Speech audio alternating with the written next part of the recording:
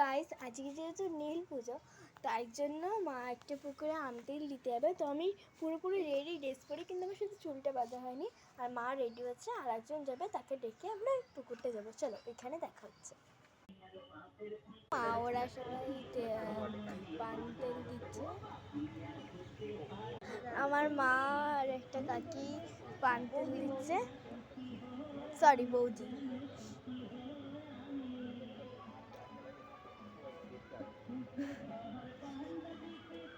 আগে ষষ্ঠীতে আমরা এখানে চান করতে এসেছিলাম।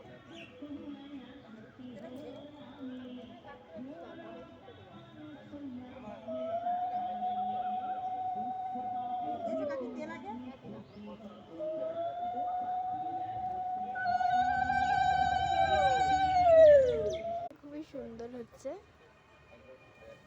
এখানেও কালারটা হচ্ছে দিল।